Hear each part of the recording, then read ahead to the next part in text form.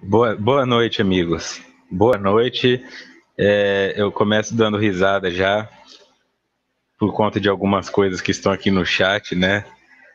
O Expedito ganhou um grupo de pessoas ajudando ele aí na sua luta contra o café. Então, a todos vocês que estão aqui, mais uma vez, o meu muito obrigado, né? A vocês que acompanham ao vivo aqui presencialmente, vocês que acompanham no YouTube, ao vivo ou posterior, vocês que estão ouvindo pela Rádio Amigo Espírita e vocês que ouvem pelo SoundCloud depois. Muito obrigado, o feedback do trabalho tem sido muito bom e que possamos então ter uma noite aí tranquila de estudo para o nosso crescimento, para o nosso melhoramento. E a vocês que estão aqui presencialmente, deixo também o meu abraço, né? Virgínia, de Porto Alegre. Temos também o Sebastião, de Cornélio Procópio, no Paraná. A Luzia, de Natal. A Edna, de Suzano. Silvana, de Jundiaí. Noêmia, de BH. Josiane, de Macaé. Lilian, de Brasília. Brasil inteiro aqui presente. Eu fico muito feliz com isso. Inclusive, algumas pessoas de fora eventualmente passam por aqui, apesar do fuso horário. Então, é uma satisfação muito grande estar com vocês. Hoje, iniciaremos, então, né, para quem está chegando agora, esse é o estudo da obra Autodescobrimento, uma busca interior, escrito por Divaldo Franco e Joana de Ângeles. A realização desse estudo é da Rede Amigo Espírita e eu sou o Vitor Antenori Rossi, expondo de Taboão da Serra, aqui na Grande São Paulo. Jamil de Apucarana. Hoje iniciaremos o capítulo 2, Equipamentos Existenciais, e a primeira parte do 2.1, o pensamento. Então hoje é a primeira parte do pensamento. A Ana também, da Irlanda. A todos vocês, o meu boa noite. Começaremos o capítulo 2, aí que eu coloco, né, a importância de se ter paciência. Estamos no 13º encontro, portanto já são 12 horas de estudo e nós fizemos o capítulo 1. Então é por isso que eu fico muito feliz de ter esse grande número de pessoas participando, né? Porque eu sei que vocês não estão aqui para buscar uma coisa rápida, vocês estão realmente envolvidos. Esse é um estudo longo, né? Provavelmente termine no começo de 2017, quem sabe. Mas nós não estamos aqui pela pressa. Hoje, começa o capítulo 2, onde eles falam a respeito dos equipamentos existenciais. O capítulo 1 chama-se O Ser Real.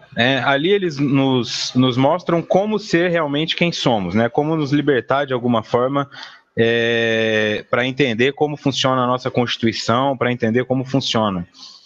E agora nós vamos falar dos equipamentos existenciais, ou seja, equipamentos necessários para que eu exista. E é natural que o primeiro seja o pensamento. Afinal, temos a célebre frase cartesiana: penso, logo existo. Portanto, para eu existir, eu preciso pensar. Eu coloquei isso em um estudo anterior, mas eu friso novamente que se não houver atuação direta do pensamento do indivíduo no meio, esse indivíduo não existe. Eu existo para mim, mas eu não existo para outras pessoas. Se você não se posiciona na sua casa, você é uma esposa submissa, que não coloca seus argumentos para nada, aceita tudo que vem do seu marido, dos seus filhos, da sua mãe, então você não existe. É como se para essas pessoas você não existisse. Elas começam a observar a sua existência quando você para de realizar os seus trabalhos operacionais, né? Então, às vezes o marido está ali acostumado com uma esposa que lava a roupa dele, que limpa a casa, mas que quando vai dar uma opinião ele não a escuta, né? Portanto, ele só vai perceber que ela existe quando a roupa dele não estiver no guarda-roupa. Isso em escala existencial se refere àquelas pessoas que não pensam durante a existência, tá? Eu não estou falando da inabilidade de pensar por alguma deficiência neurológica. Eu estou falando da habilidade de pensar, a inabilidade de pensar sobre as coisas. Ficar simplesmente seguindo a caminhada de forma mecânica, sem raciocinar o que eu estou fazendo. Se você não pensa, você não muda o comportamento. O comportamento sendo uma resposta do pensamento, primeiro você precisa pensar, primeiro você precisa sentir. Este sentimento promove um pensamento e este pensamento promove um comportamento. Se você não pensa, você não se comporta. Se você não se comporta, você não atua diretamente no mundo. Portanto, você não existe, né? Pessoas que passam anos aí assistindo palestras, mas nunca levantam a mão para fazer uma pergunta, nunca se posicionam em nada na vida, são pessoas que acabam não existindo pro mundo muitas vezes. Também um abraço aqui para o Mauro de Curitiba. Vamos lá então, começando. Os psicólogos organicistas estabeleceram categóricos que o pensamento é exteriorização do cérebro, já que não existe função sem órgão. Toda e qualquer manifestação funcional procede, segundo eles, de órgãos que a elaboram. Vejam bem. Aqui uma nota do expositor. Por organicistas, entendem-se aqueles que defendem que não há questões psíquicas. Tudo o que há são neurotransmissores e células nervosas, bastando regular os níveis de neurotransmissores que tudo irá se resolver. Então, os organicistas são aqueles que acreditam nos órgãos. E não são poucos, não, tá? Joana está escrevendo isso quando ela se refere ao pensamento dos organicistas anteriormente, mas não se iludam, né, com relação a isso, porque esses dias mesmo, na minha página no Facebook, um senhor ficou nervoso com uma postagem minha e ele comentou assim: se psicólogo servisse para alguma coisa, eles poderiam prescrever remédios. Esse é um pensamento organicista, né? É uma pessoa que acredita que somente pela alteração medicamentosa, pela interferência medicamentosa no corpo físico, é que pode haver alguma mudança, né? Então ele está muito distante ainda de absorver os campos de compreensão holística, energético e tudo isso, tá? A diferença é que para essas pessoas fica difícil compreender quando a ciência, principalmente a ciência materialista, não consegue resolver o seu problema. Estas são as pessoas que acabam, no fim das contas, indo procurar ajuda no sobrenatural. Vai em um médico, não resolve, vai em outro médico, não resolve. Aí vem alguém e fala que tem que benzer, aí vem alguém e fala que conhece uma cartomante, que se joga búzios, e aí quando a pessoa vê, ela está envolvida nisso. Mas não pode contar para ninguém, porque ele é materialista. Quando você, então, ignora essa questão, esses organicistas, então, estabeleceram categóricos, portanto, eles não viam uma outra forma de que isso acontecesse, que o pensamento é uma exteriorização do cérebro. O cérebro, portanto, produz o pensamento. E toda e qualquer manifestação funcional procede dos órgãos, no caso do cérebro. E aí eles continuam, voltando ao livro. Compreendendo e respeitando a conceituação, anuímos com o conteúdo, não porém com a forma de que se reveste a tese. Certamente, há órgãos geradores de fenômenos que se apresentam na esfera física, embora não necessariamente materiais. Então, eu também tenho esses fenômenos que se apresentam na esfera física, mas que não são fenômenos materiais. Eu não posso mensurar isso com uma certa clareza. A transmissão do pensamento, ele tem que ter um quantum energético, ele tem que ter um quantum de matéria para fazer essa travessia no fluido universal. Só que eu não consigo vê-lo, mas ele interfere. Um pensamento negativo interfere, um pensamento positivo interfere, portanto, mas eu não consigo mensurá-lo. Ainda não é possível mensurá-lo. Se eu não me engano, Emmanuel coloca que quando desencarnarmos teremos uma surpresa com isso, né? Que nós vamos descobrir que a ciência, em evoluindo, será possível quantificar até o pensamento, né? Afinal, o pensamento tem sim suas manifestações no cérebro. Mas os autores colocam que eles discordam da forma como essa tese se reveste. Não é apenas o cérebro que cria o pensamento. Então, só para dar um adendo aqui, na Revista Espírita, de 1864, número 12, Allan Kardec coloca o seguinte: o pensamento é o atributo característico do ser espiritual. É ele que distingue o espírito da matéria. Sem o pensamento, o espírito não seria espírito. Antes de mais nada, eu quero relatar o seguinte: essa citação é uma citação da Revista Espírita, mas ela foi antes citada pela Sueli Caldas Schubert no seu livro Poderes da Mente, no capítulo O Pensamento, ok? Então foi através da citação dela que eu fui buscar o original para ler o contexto todo e tá aí. O que seria então essa visão segundo Kardec? O pensamento é o atributo característico do ser espiritual. É ele que distingue o espírito da matéria. Sem o pensamento, o espírito não seria espírito. Portanto, o pensamento não começa nos órgãos físicos. Se o espírito não seria espírito sem o pensamento, então o pensamento não é do corpo material, segundo Kardec. O que confirma, então, o ponto de vista de Joane de Valdo, né? Que não se trata assim, o cérebro não cria este pensamento. O cérebro interpreta este pensamento e é isso que nós vamos vendo mais à frente aqui, tá? Eu coloquei essas outras citações porque chega um momento aqui no capítulo 2 que eles elaboram uma tese de Miri Lopes que é colocada por pontos, assim, por tópicos, né? Então, para que ela não fosse cortada ao meio, eu preferi deixar isso para semana que vem, tá? Então, hoje vai ser mais uma elaboração em cima do que é o pensamento. Então, eu tenho esse ponto de vista kardecista, né? De que é isso que distingue o espírito da matéria. Pronto. Penso, logo existo. Se eu não penso, é porque não tem um componente atuante aqui dentro de mim, né? O que eu estou fazendo aqui na existência? Aqui até um complemento aqui do Alcimar. Deixa eu compartilhar aqui.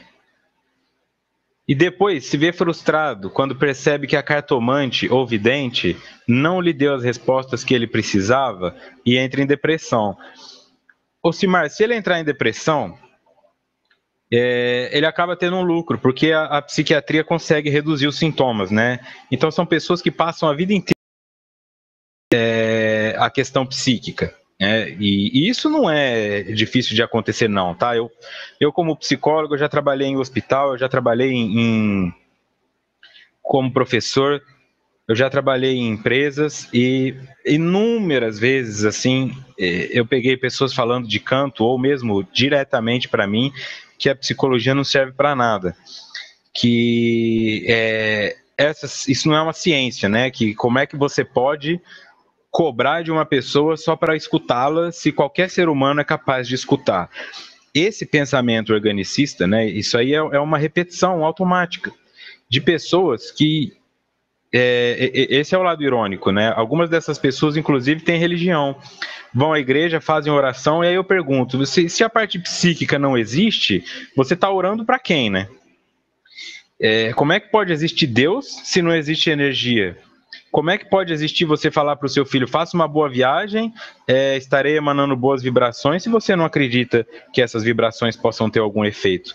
E se elas podem ter algum efeito positivo, por que é que elas não podem ter um efeito negativo? Podem e terão, né?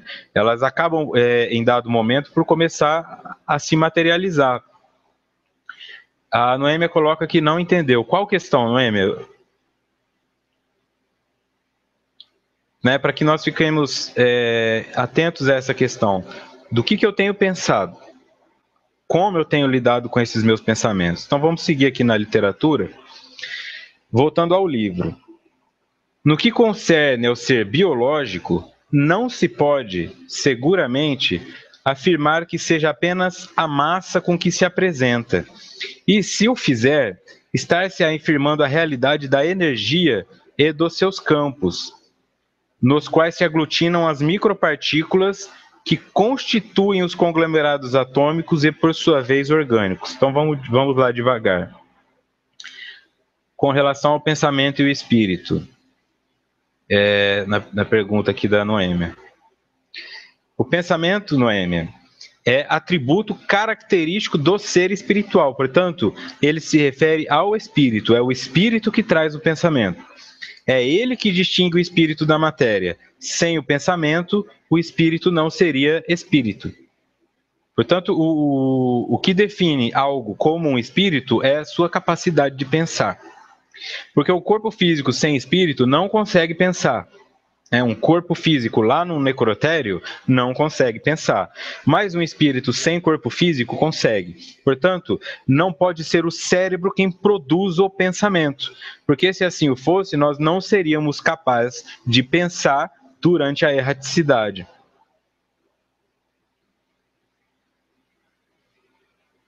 A Ana Haddad. Eu tenho que acreditar naquilo que falo e penso, seja negativo ou positivo?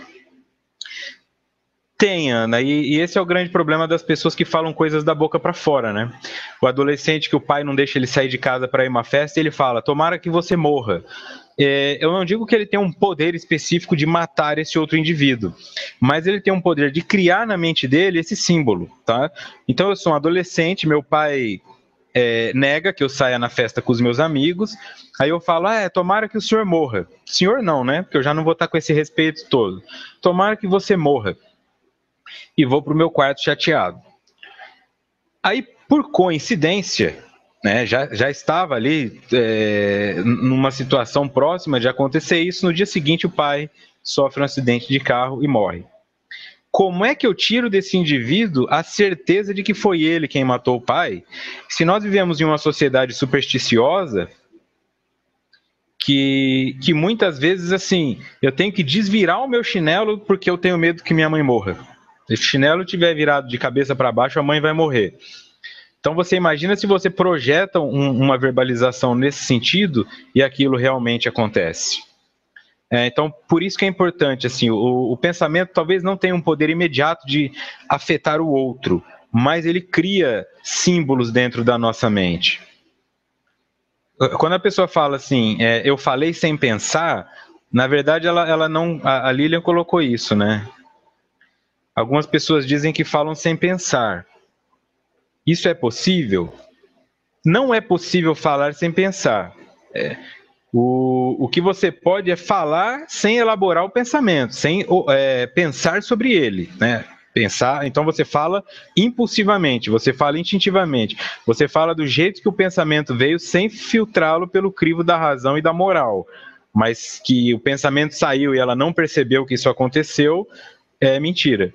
O que pode acontecer também, segundo uma ótica psicanalítica, é o ato falho, que é quando, sem querer, eu falo uma coisa que está no meu inconsciente, né? Uma manifestação racista, homofóbica, ou eu assumo que eu traí a minha esposa ou meu marido e acabo esquecendo, menti pro patrão que minha avó tinha morrido e depois deixo escapar que eu vou ir almoçar na casa dela, aí pode acontecer, mas ainda assim, primeiro existiu o pensamento. Isso, Jamil complementou bem aqui. Raciocínio é uma coisa, pensamento é outro. Raciocínio é quando eu aplico a razão ao pensamento. O pensamento não necessariamente precisa ter uma base racional, ele pode ser absurdo. E o pensamento não é orgânico, como a Silvana coloca aqui, e o Sebastião pergunta se através dos pensamentos é que atraímos as companhias extrafísicas. Sim. E através do pensamento delas é que somos atraídos por elas também. Porque aí as coisas começam a se conectar.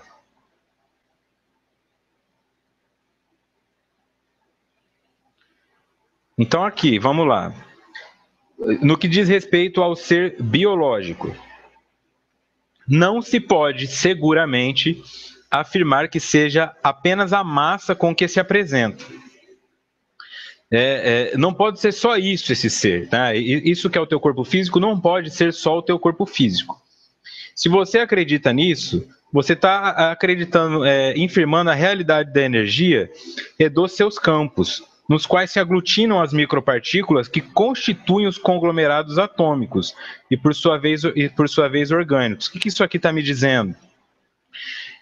que, por mais que eu acredite que exista só um corpo físico, o que é que movimenta esse corpo físico? Tem que ser algum tipo de energia. E essa energia, portanto, essa energia atômica, portanto, essa energia que está ali também nos átomos, essa energia tem que partir de algum lugar.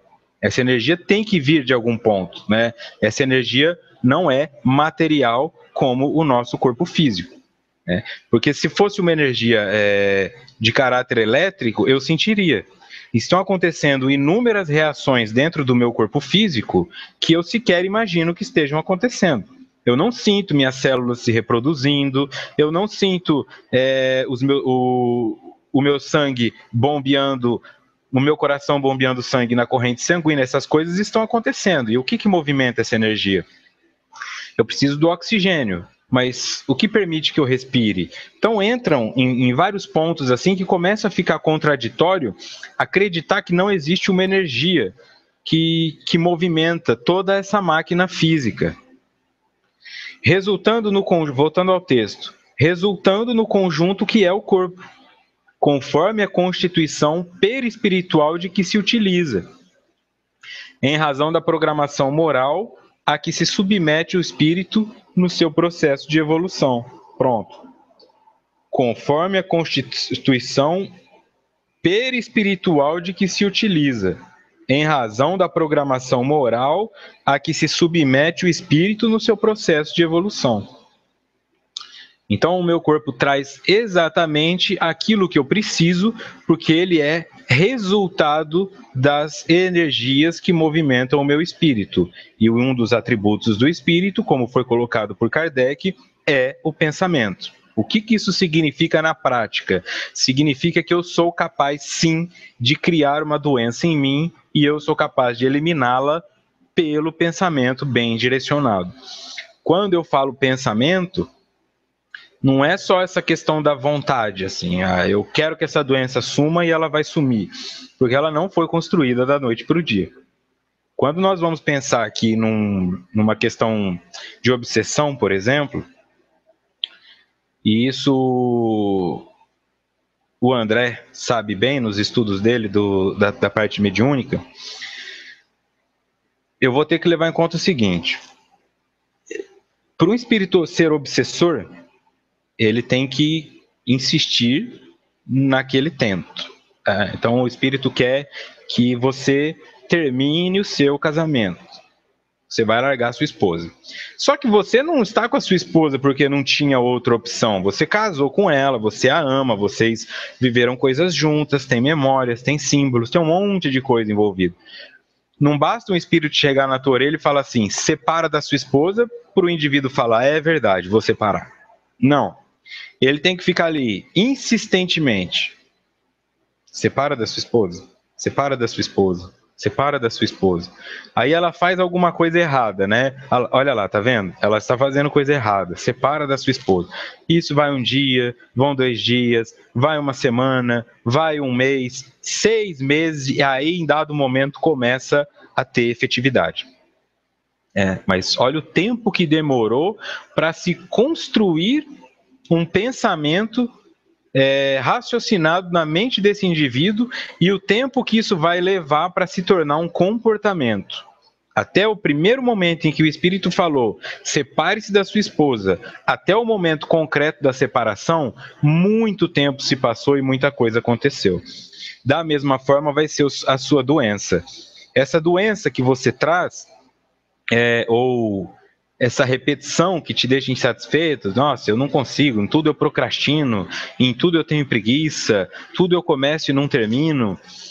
Isso aí não começou agora, tá? Você dispõe energia para fazer as coisas, promete a si mesmo que vai fazer e desiste no meio. Você ficou ali, guardou uma mágoa, guardou 2 mágoas, guardou 150 mágoas, guardou 5.000 mágoas e de repente houve um diagnóstico de que tem alguma coisa errada com o seu corpo. Que pode ser um câncer? Pode ser você já pode começar a estar desenvolvendo uma cefaleia, uma hipertensão, algumas embolias? Pode. Então, o que isso aqui está me dizendo? Que não basta eu alterar a minha razão. Isso que foi colocado pelo Jamil. Eu raciocino sobre as coisas, tá? Então eu cheguei à conclusão que eu tenho que fazer academia. Isso eu raciocinei. Não veio um pensamento em mim do nada e você tem que fazer academia. Eu olhei para o espelho, fiquei insatisfeito com o meu corpo, ou eu recebi um diagnóstico médico, eu fiquei insatisfeito com o meu metabolismo e eu resolvi que eu preciso mudar isso aí. Aí eu começo a pensar nas possibilidades. Primeiro, assim, que exercício que dá para fazer deitado na cama, né? Aí você descobre que não é tão efetivo. O que eu posso fazer mudando a alimentação? No fim, você chega à conclusão que você vai ter que ir para a academia ou começar uma caminhada. Quando você toma essa decisão, ela foi raciocinada. Só que o teu pensamento, este que age naturalmente, imediatamente, que está movido, que é orientado pelos seus complexos, esse pensamento é o que fica falando, não, mas você vai na academia para quê? Vai só 3 vezes por semana, não vai hoje não, hoje está chovendo. É esse que você precisa mudar. É esse que vai curar a sua doença. E para que você consiga fazer essa mudança, você vai ter que alterar, ressignificar esses complexos. E um caminho para fazer isso é a incorporação da sua sombra. Eu tenho uma doença, eu criei essa doença. Se uma doença é algo ruim, significa que em mim existe algo ruim. Eu preciso descobrir onde está isso. O local onde a doença aparece ajuda nessa leitura, mas não é tudo. Deixa eu compartilhar aqui um pensamento da Tânia. Vitor, é por isso que vemos pessoas melancólicas, mesmo em ambientes alegres, ou seja, ela podia modificar o pensamento para aquele ambiente, porém parece que a pessoa tem uma raiz em outro processo que não o atual e no momentâneo. Exatamente. Muito bom. Por quê? Porque quando você fala dessa questão do ambiente, Tânia, você também pode aplicar tudo que você aplicar em uma escala microcósmica, você joga para o macrocosmo. Tem pessoas que estão insatisfeitas com a própria vida, com a existência em si. O existir para elas é doloroso, porque ela se acha muito pobre, porque ela se acha muito rica, mas só tem amigos falsos, porque ela se acha muito feia, porque ela acha que o pai ama mais o irmão do que a ela. Ela começa então a acreditar naquilo, mas aí os pais usam muito esse discurso, né? Principalmente com filhos que cometem algum erro. Menina que engravida muito cedo, garoto que começa a usar droga. Mas por que você foi fazer isso? Você tem tudo. Nós te demos tudo. E é essa inconformação que não bate categoricamente, né? Vocês deram tudo o quê? O que vocês deram? Deu um carrinho para ele brincar quando era criança? Deu um carro para ele dirigir quando ele fez 18? O que vocês deram? Então, o que esse indivíduo tem, então? Será que vocês deram o que vocês consideraram que te faltou na sua adolescência? Ou vocês pararam para ouvir o seu filho adolescente nas necessidades dele? E é normalmente aí que está o erro, né? Por quê? Porque eu não tenho uma alteração do pensamento. A minha sombra está manifesta no meu corpo. Então, eu tenho um problema ali no meu rim, aparece um cálculo no meu rim, e por que no rim? Por que é uma pedra? Por que não? Por que não é uma gengivite? Por que eu não tenho cefaleia? Por que eu não tenho uma otite? Porque foi exatamente um cálculo renal. Eu vou ter que começar a fazer investigações nesse sentido. Qual é a função desse órgão? Qual é a representação simbólica dele para o organismo? Né? Que áreas do meu psiquismo, portanto, do meu pensamento, do meu espírito, estariam atuando para canalizar um adoecimento ali naquela área? A minha sombra está manifesta na doença. A tua raiva, você grita demais com as pessoas, você fala muito palavrão quando está no trânsito, deseja que as pessoas morram por coisas pequenas, né? O cara te fecha no trânsito, você quer que ele morra, a pessoa fura a tua fila, você quer que ela morra. Então, assim, que isso, né? Que potência destrutiva é essa que sai da sua boca? E quanto tempo ela vai levar para se transformar em um comportamento? E se isso não se transformar em um comportamento, como é que uma bomba atômica dessa, de raiva e ódio, guardada dentro de você, não vai te implodir em algum momento? É um pensamento simples, né? Não é algo tão difícil de imaginar.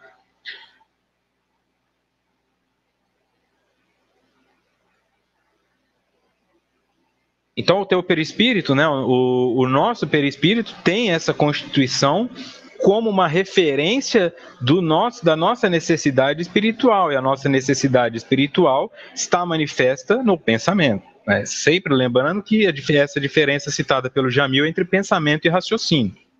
Saber que você não quer essa doença é uma coisa. Agora, isso você pensa às vezes 3 vezes por dia. Nossa, é verdade, eu precisava que essa doença não existisse. Nossa, é verdade, nossa, é verdade. Só que nesse tempo em que você pensa não estar pensando, você está pensando. E você está pensando coisas que promovem a criação dessa doença. Por isso que ela continua em você, apesar do que você pensa ser a sua vontade de que ela não esteja aí. Continuando, ainda na Revista Espírita, de 1864, Allan Kardec. O pensamento atua sobre os fluidos ambientes, como o som age sobre o ar. Esses fluidos nos trazem o pensamento, como o ar nos traz o som. O som precisa do ar para chegar até mim. Às vezes eu esqueço disso, não é? Se eu for para o espaço, não tem som. Quem assistiu aquele filme da Sandra Bullock, Gravidade, ele é angustiante porque não tem som, né? É o som do espaço. E no espaço, como não tem o ar, é vácuo, o som não se propaga. Então, a explosão está acontecendo a 10 metros de mim e eu não estou ouvindo nada, eu só estou vendo a explosão. Porque no espaço tem luz. Então, ok. Então, o que eu estou enxergando aqui? Que eu preciso destes fluidos ambientes para que o pensamento chegue até mim. E neste universo não existe vácuo psíquico. Não existe um lugar onde você esteja completamente livre do seu pensamento. Tanto que algumas religiões se esforçam para conseguir isso pela meditação.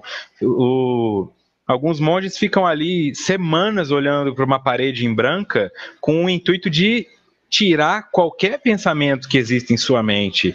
Só que a parede branca continua existindo lá, portanto, é um pensamento. Pensar em nada ainda é um pensamento. Não pensar é algo que não condiz com um ser espiritual. Caberia, portanto, a um mineral, por exemplo. Um mineral não pensa, mas um ser espiritual vai pensar.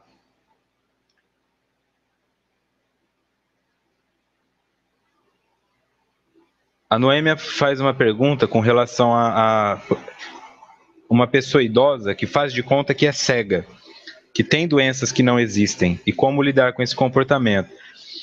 É difícil saber até que ponto uma pessoa finge que está cega, mas isso, segundo a psicanálise, seriam sintomas de histeria, né? É uma neurose bem forte. Ela tem um ganho secundário com isso, né?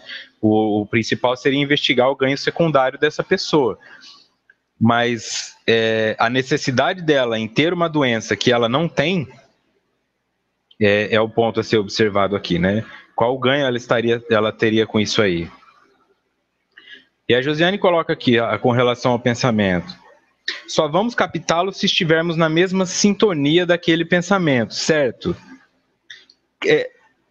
Josiane, nós vamos interpretá-lo, nós podemos raciociná-lo, nós podemos sintonizá-lo com ele, no que diz respeito à questão cognitiva. Isso é importante que fique claro.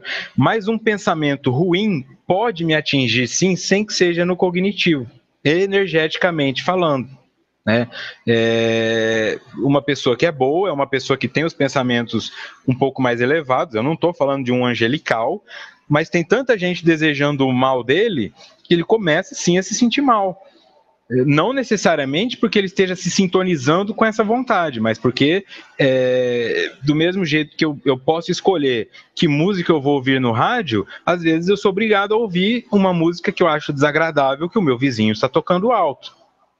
Então a pessoa está lá fazendo de tudo para não gritar com os filhos, fazendo de tudo para ter uma casa pacífica, mas o vizinho está lá gritando, é barulho de cinta, é barulho de chinelo, é criança chorando. É lógico que isso interfere também. Eu fico mal.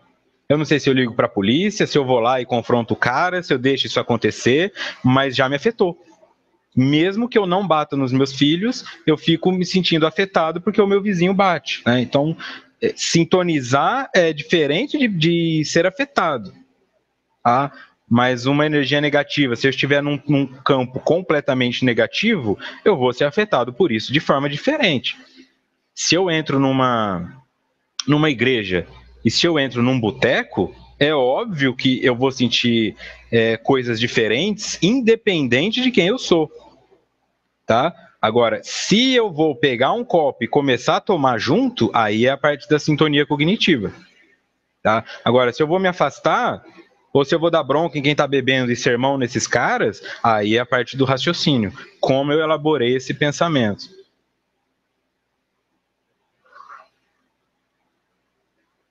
Noêmia, com relação a isso aí, tenta ler alguma coisa sobre histeria. Desse modo, voltando ao texto, tá? Deste modo, o pensamento não procede do cérebro.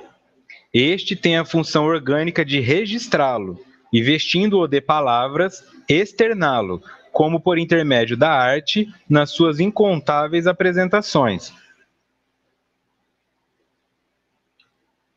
Então, aqui, o pensamento não procede do cérebro, que a Silvana tinha colocado da parte orgânica, né? Então, tá aqui, ó. O cérebro tem a função orgânica de registrá-lo e, vestindo-o de palavras, externá-lo, como por intermédio da arte nas suas incontáveis apresentações. Por quê?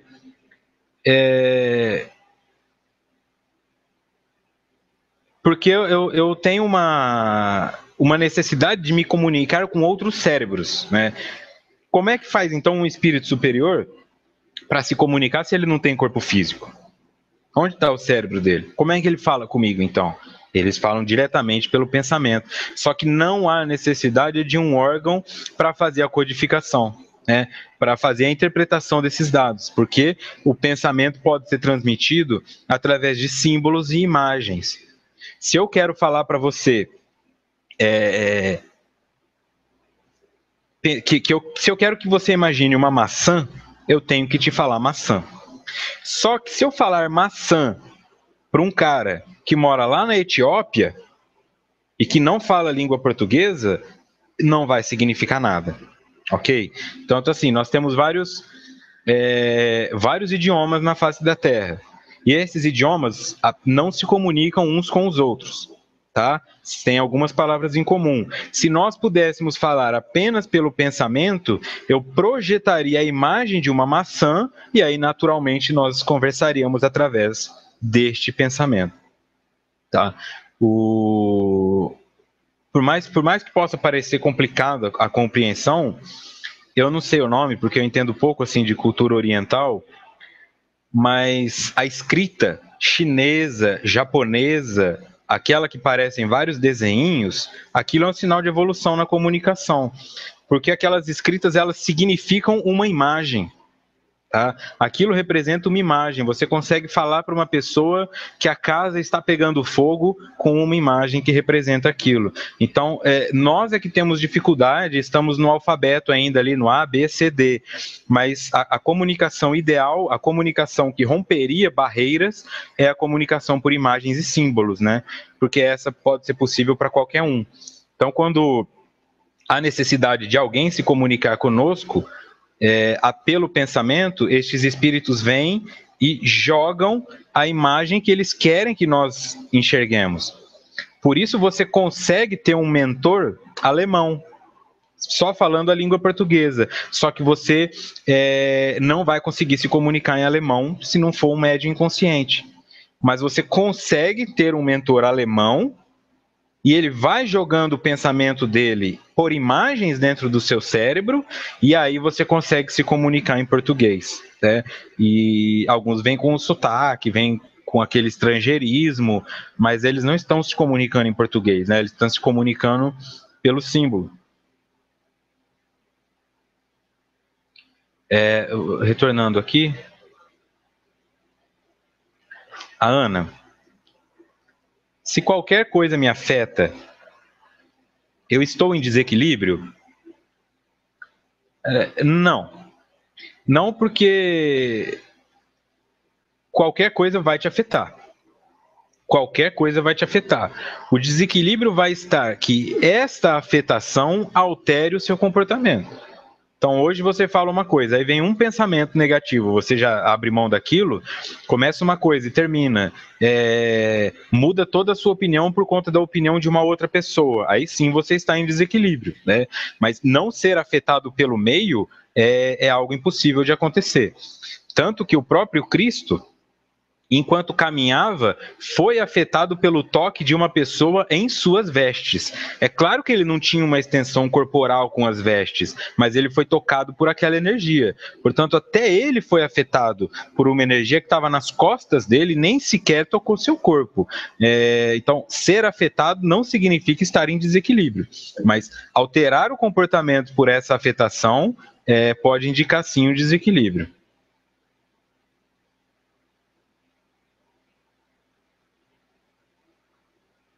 Tem uma coisa importante aqui também que a Silvana colocou. Então, na casa espírita, na psicofonia, a comunicação é de espírito mente a mente, com o médium passando pelo espírito. Tem que ser, porque senão nós ouviríamos. Como é que eu não escuto? Eu não escuto, entendeu? Eu não escuto. Tá? Eu posso ter clarividência, eu posso ser um médium que vê, eu posso até ser um médium que ouve. Mas e aqueles que não ouvem? Como é que eles estão dando passividade? Então, é uma conexão mental. Se o espírito for um espírito de nível um pouco menos evoluído, talvez ele esteja, sim, promovendo uma conversação, que é transmitida por algum outro mais evoluído. Mas não é uma comunicação feita de pessoa para pessoa. Porque, às vezes, você, num trabalho mediúnico, conversa com espíritos que vieram do Egito. E aí, como é que esses caras estão se comunicando? Se você ler as obras de Chico Xavier, lá do início, principalmente as do André Luiz, se você pegar a original, a língua portuguesa já era completamente diferente em alguns pontos. Imagine uma comunicação de 200, 300 anos de um outro país, né? Então, eu não posso acreditar que aquele espírito aprendeu a conversar em português só para se comunicar ali naquele centro, né? A comunicação plena seria essa comunicação por imagens e símbolos, que é o principal ponto estudado por Jung, né? A formação dos símbolos na nossa mente. Então, o pensamento não procede do cérebro. Este tem apenas a função orgânica de registrá-lo, vestindo de palavras. Voltando ao livro.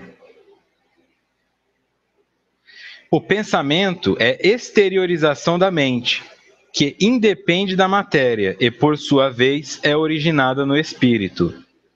Portanto, tá bem respondido isso aqui, né? Mais claro impossível.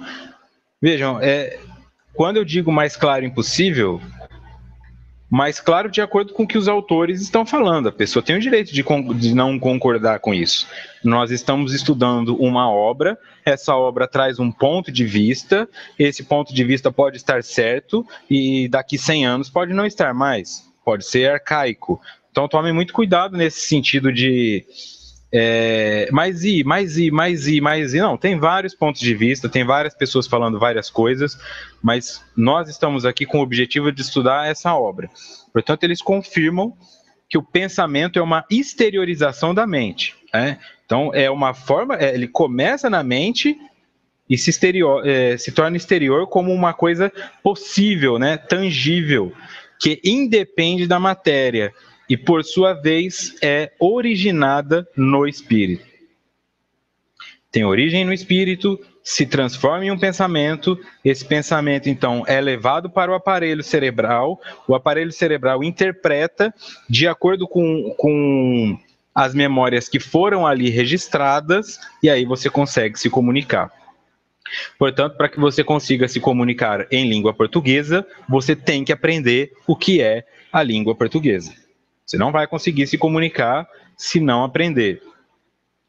E da mesma forma, um analfabeto sabe o que é uma maçã. Esse é o ponto. Eu não preciso aprender língua nenhuma para saber o que é uma árvore.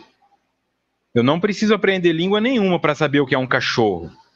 Tanto que a criança, quando é pequenininha, ela se comunica muito por onomatopeia, né? O cachorro não é cachorro, é au-au. Porque ele faz au-au. Então, o que é isso? É um símbolo. O cachorro se comunica, cria na mente da criança uma imagem, é o au-au. O gato é o miau.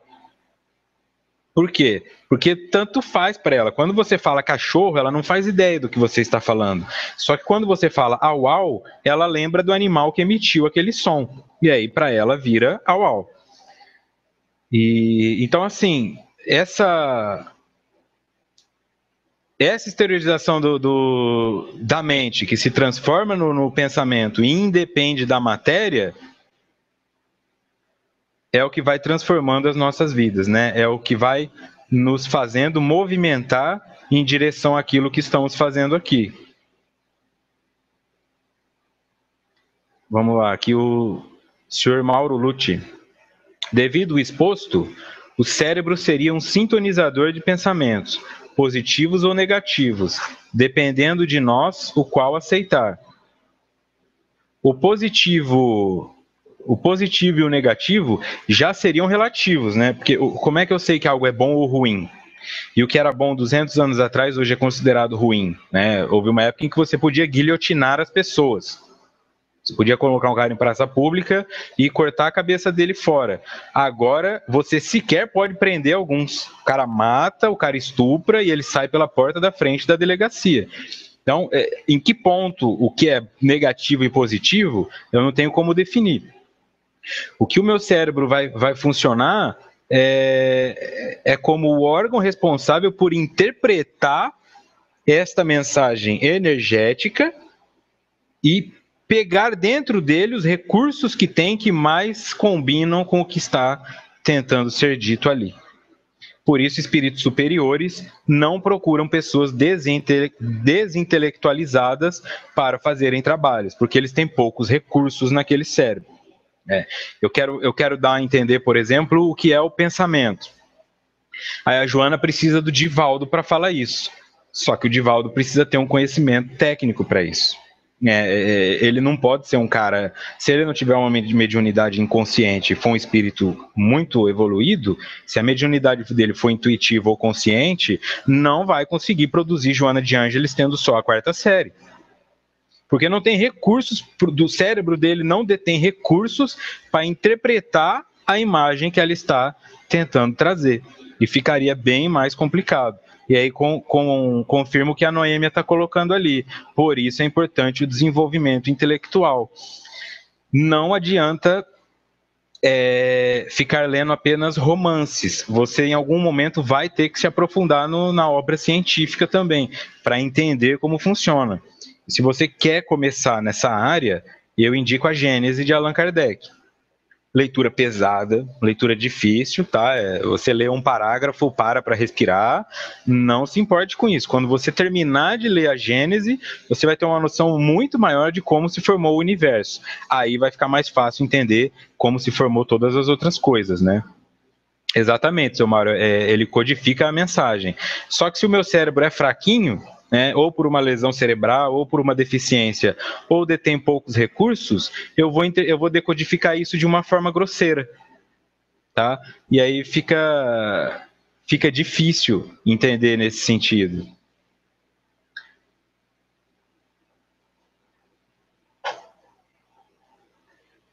Aqui ainda, voltando à Revista Espírita, né? Também quem quiser entender mais sobre pensamento, sugiro essa leitura, né? Volto a frisar. No livro Poderes da Mente, de Sueli Caldas Schubert, e nessa Revista Espírita de 1864, número 12. Tem mais de 400 páginas, tá? Então, acha ela em PDF, dá um Ctrl F lá e pesquisa por tópico. Segundo Allan Kardec, a vontade não é um atributo especial do espírito. É o pensamento chegado a um certo grau de energia. É o pensamento transformado em força motriz.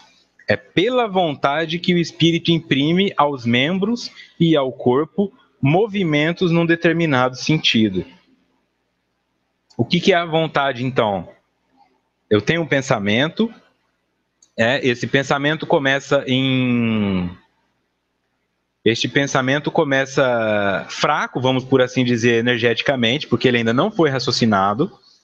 Só que à medida que ele começa a aumentar o seu grau de energia, e ele chega em um certo grau de energia, ele se transforma em uma força motriz. E aí ele passa a me movimentar.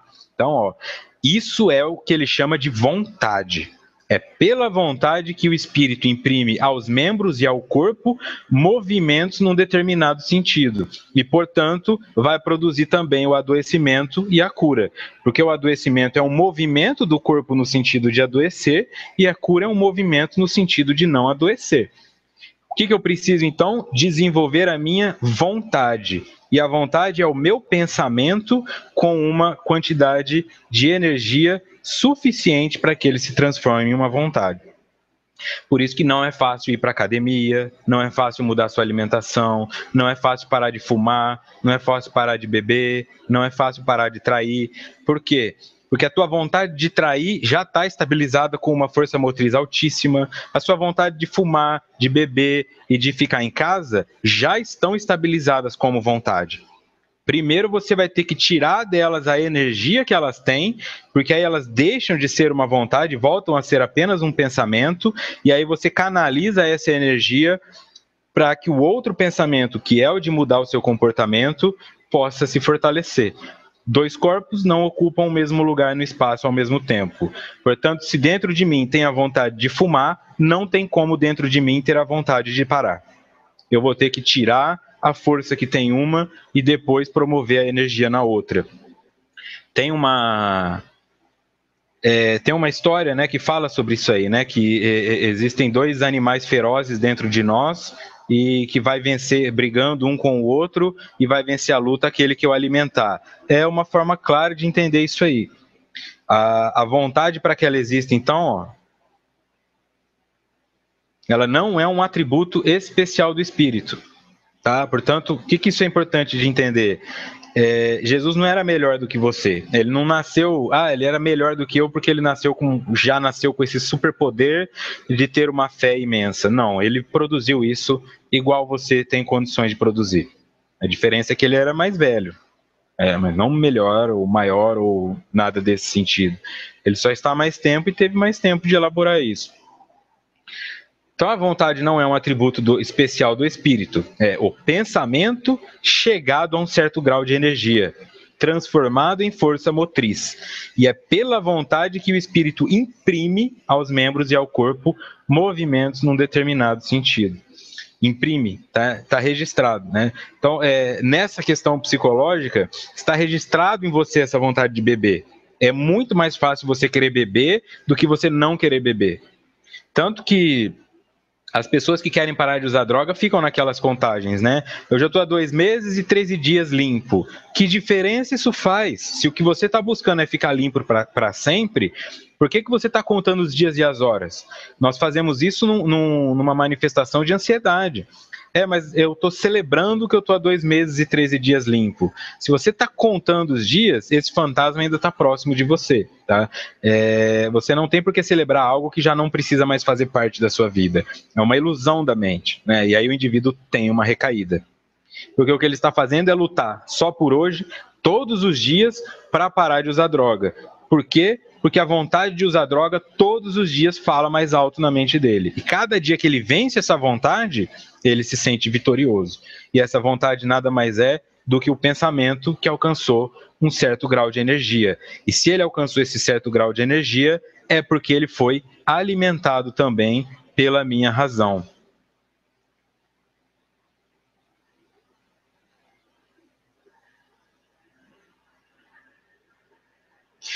O Sérgio faz uma pergunta. Eu vou trazer aqui, ó. Eu cuido do meu irmão que é deficiente mental. E ele me diz que às vezes ele não quer xingar a mãe, mas não consegue não fazer. Ele me diz que sai sem querer. Como entender isso? Se ele tem uma deficiência mental e o cérebro é o responsável por interpretar esses dados, Pode ser realmente nesse caso que ele não queira fazer isso conscientemente, né? Mas esse comando está sendo dado. Por que esse comando está sendo dado é que vocês têm que buscar a resposta. Por que a mente dele, antes de chegar no filtro, que é o cérebro, que está prejudicado porque ele tem uma deficiência, está emitindo esse comando? Isso não tem a ver com a deficiência mental dele. A deficiência mental dele o impede de filtrar o comando, mas o comando está sendo dado pelo espírito.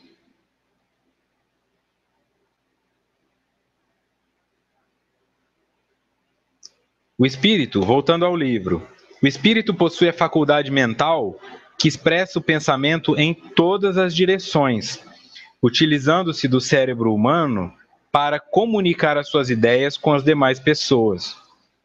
Então vejam, possui a faculdade mental, e este o espírito possui, que expressa o pensamento em todas as direções. E utiliza-se do cérebro humano para comunicar as suas ideias com as demais pessoas, portanto, os humanos. Eu não sei se alguém tem gato aí. Eu tenho um gato. O gato ele tem essa coisa. O gato não mia para falar com o gato, né? Para se comunicar com outro gato. O gato mia para se comunicar com o humano. Os gatos são extremamente silenciosos. Se um gato estiver miando, é porque ele está querendo chamar sua atenção para alguma coisa. Se for uma fêmea, pode ser porque está no cio. Da mesma forma, o pensamento humano só é necessário para que nós nos comuniquemos com outros seres humanos. Eu não preciso das palavras para interpretar a minha vontade. Quando eu sinto um cheiro de estrogonofe, eu não penso na palavra estrogonofe. Tanto que tem gente que sabe fazer estrogonofe, mas não sabe escrever estrogonofe. Porque não importa para mim se é com S mudo, se tem 2 Fs. O que eu lembro na hora? Minha mente joga a imagem do arroz, da batata palha e do estrogonofe. É isso que basta para mim. Só que como é que eu vou me comunicar isso com a pessoa que está comigo? Eu não vou falar... Vamos fazer aquele almoço lá que tem arroz, batata palha. Não, eu vou lá e jogo um símbolo, né? Uma imagem já formada, convencionada, que chama estrogonofe. Só que eu vou no restaurante, eu como um estrogonofe que eu acho gostoso, no outro eu como um estrogonofe que eu não acho gostoso, tem o mesmo nome, mas não é a mesma coisa. Então, da mesma forma, a imagem que eu tenho de uma situação não significa que é a mesma do outro. Por isso, nós ainda temos pessoas homofóbicas, que consideram a homossexualidade um problema, pessoas racistas, pessoas que não respeitam os que têm intelectualidade inferior, porque ela não entende, né? Aquilo para ela não faz um sentido, porque ela não tem recursos para interpretar aquilo como o outro interpreta. E um ponto que ajuda muito é tentar se colocar no lugar do outro como um ser humano em desenvolvimento. Como é que eu posso pensar a respeito de uma coisa se eu não elaboro isso em mim? Então, eu pensar nesse indivíduo racista, como é que ele pode pensar sobre um outro ser baseado só na cor da pele? Que diferença isso faz para esse indivíduo? Então, que diferença isso vai fazer também para um indivíduo homofóbico? Que pensamento é esse que ele está projetando? Então, o espírito pode expressar o pensamento em todas as direções. Só que o cérebro humano, ele só consegue se comunicar com os outros cérebros humanos. Que ele faz o recurso da fala, né? Eu estou falando aqui, vocês estão me entendendo. Só que se eu fosse surdo-mudo, eu estaria falando em libras. Se você tem o recurso de entender o que é Libras, você me compreenderia da mesma forma, né? Não ficaria faltando nada. Se você não tivesse esses recursos e tivesse que ler esse livro em braille, ele seria bem mais extenso, mas você ainda assim conseguiria entender Joana de Ângeles. Então, é tudo relacionado à questão do pensamento, né? Dessa faculdade mental do espírito. Aqui uma nota do expositor no livro Fonte Viva, item 76, Fermento Espiritual. Autores Chico Xavier e Emmanuel. Emmanuel traz a seguinte mensagem através de Chico. Pensamento é fermentação espiritual. Em primeiro lugar, estabelece atitudes. Em segundo, gera hábitos e depois governa expressões e palavras, através das quais a individualidade influencia na vida e no mundo. Regenerado, pois, o pensamento de um homem, o caminho que o conduz ao Senhor se revela reto e limpo. Portanto, sim, né? Como a Luzia perguntou aqui, a pessoa que fica com aquele pensamento querendo beber, é a pessoa mesmo ou o obsessor? É a pessoa, sempre vai ser a pessoa. Um obsessor que quer beber, ele quer beber. Ele não vai ficar te esperando desenvolver o gosto pelo álcool para que você comece a beber. O gosto pelo álcool já existe em você. Ele só fica unindo a vontade dele à sua, né? Ele só fica unindo o pensamento dele ao seu, e isso aumenta a potência da sua vontade. Já que a vontade é um pensamento potencializado, o que um obsessor faz é juntar dois pensamentos que têm uma energia X para que essa energia fique 2x, e aí talvez ela se transforme em uma vontade. Se transformando em uma vontade, estabelecerá atitudes, gerará hábitos e depois governará expressões e palavras através das quais a individualidade influencia na vida e no mundo. Portanto, qual o caminho, segundo Emmanuel? Regenerar-se. Pois a hora que eu regenero o meu pensamento, o caminho que conduz ao Senhor se lhe revela reto e limpo, né? Por quê? Porque a minha vontade passa a ser essa. Meu pensamento regenerado, o pensamento de fazer o bem ganha força quando eu me uno com outras pessoas que querem fazê-lo. Por isso é importante pertencer a grupos. E este pensamento, que antes era só um pensamento, vira uma vontade, essa vontade vira um hábito, e quando eu percebo, eu estou fazendo o bem sem esforço. Ok? Então, por hoje é isso. No nosso próximo encontro, continuaremos ainda no Pensamento, parte 2. Ok? Deixo aqui então meu muito obrigado. Convido-os amanhã também, quem tiver disponibilidade. Amanhã nós vamos começar aqui na Rede Amigo Espírita o estudo da obra Triunfo Pessoal, de Joana e de Valdo também, tá? Eu sugiro para aquelas pessoas com pouco tempo que façam apenas um dos estudos, tá? Porque é outro estudo também extremamente complexo, com vários recursos, então, assim, não é para uma coisa para ir na empolgação, né? Tenham consciência de que vai ser um trabalho também que vai modificar. Então, amanhã nós vamos começar a obra Triunfo Pessoal, ok? Convido-os também a conhecer a minha página, convido-os a visitar a Rede Amigo Espírita, observar os outros estudos que estão ali, que são complementares. O Expedito disse que hoje foi pesado e eu concordo, e semana que vem vai ficar um pouco mais. Mas eu agradeço então a Rede Amigo Espírita pelo espaço, agradeço a todos vocês pelas contribuições, pelas perguntas, por gerar o debate, a todos vocês que estão assistindo aí no YouTube também, o meu muito obrigado, e vocês que estão ouvindo no rádio, possamos então continuar nessa caminhada aí. Tenhamos uma ótima semana. Ao pessoal do Estudo do Autodescobrimento, nos vemos terça que vem, e ao pessoal do Triunfo Pessoal, nos vemos amanhã. Obrigado.